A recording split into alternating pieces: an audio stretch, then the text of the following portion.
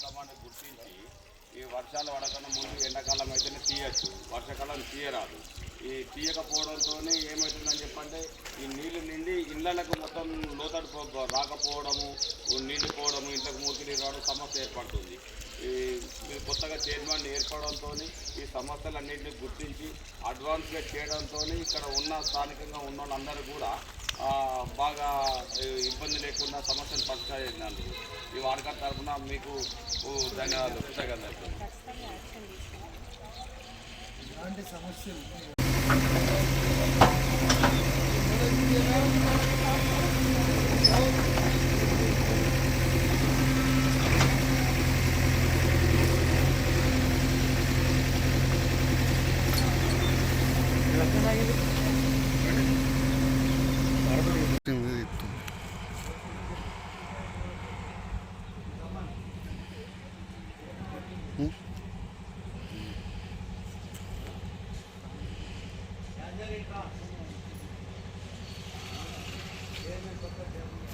టీవీలో చూస్తుంది కానీ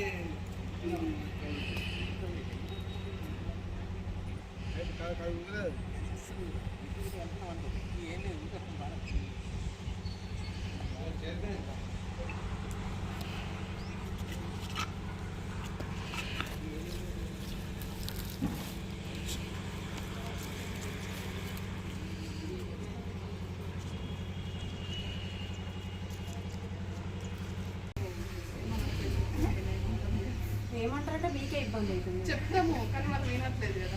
వాళ్ళకి చెత్త బండి వస్తుంది వేసుకోండి, మాకు రాదు కాబట్టి మేము వేయమని చెప్తాము.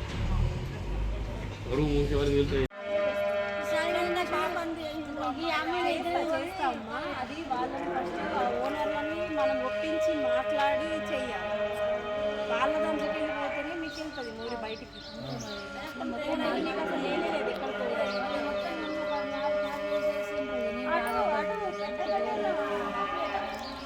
పెద్ద గడ్డర్ ఎక్కడ ఉందమ్మా?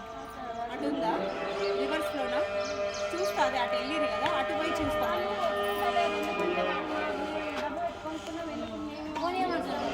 అయినా కట్టుకుంటే ఎక్కడ పెట్టుకుంటాడు? అయినా మళ్ళీ మీద ఎలా కట్టుకుంటాడు? అదే కొంచెం అటన్నా వెళ్ళిపోయేటట్టు చేస్తాం. ఏదో ఒకటి అట లేదంటే ఏదైనా ఒకటి లేదు మేడం.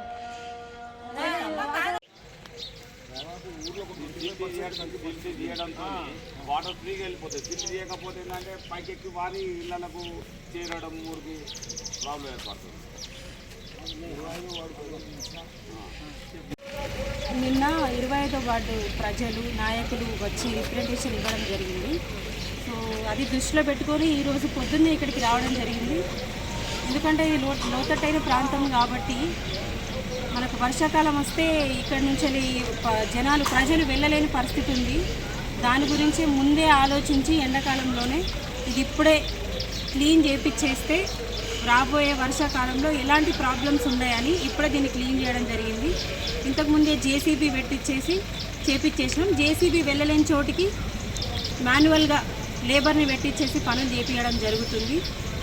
ఎందుకంటే ఇందులో పెద్ద నాల గత 3-4 ఏరియాల్లోంచి వాటర్ అంతా ఇక్కడికే వస్తుంది కాబట్టి ఇదంతా జామ్ అయిపోయి ఉంటుంది. ఇందులోనే అంత తుంగ పెరగడము, నాచు పేరుకపోవడము, ఇవన్నీ దీని ద్వారా ఏమవుతుందనంటే జనాలకి వాసన రావడం, ప్రజలకు పాపం వాసన రావడము, దోమలు అంత ముందు అంటే వర్షాకాలం వస్తే వాటర్ అంతా పైకి రావడము, పైకి వచ్చేసి పైన ఇంటి ముంగడ వారడం ద్వారా వాళ్ళకి ఇబ్బందులు జరుగుతున్నాయి. ఆ ఇబ్బందులు ఇక రాబోయే కాలంలో ఉంది కాబట్టి వాళ్ళు ముందే గ్రహించి నాకు రిప్రజెంటేషన్ ఇవ్వడం ద్వారా ఈరోజు నేను దాని గురించి ఖచ్చితంగా యాక్షన్ తీసుకొని ఇది చేయించడం జరిగింది. ఇలాంటి సమస్యలు ఇంకా ఎవరి వార్డులో ఏమున్నా కానీ దయచేసి నా దృష్టికి తీసుకురాగలరు. ఏదున్నా నేను చేసి పెడతా. తొందరలోనే నేను మీ అందరికీ ప్రాబ్లమ్ సాల్వ్ చేయడానికి చూస్తాను. ఎంత తొందర వీలైతే అంత తొందర చేయడానికి చూస్తాను.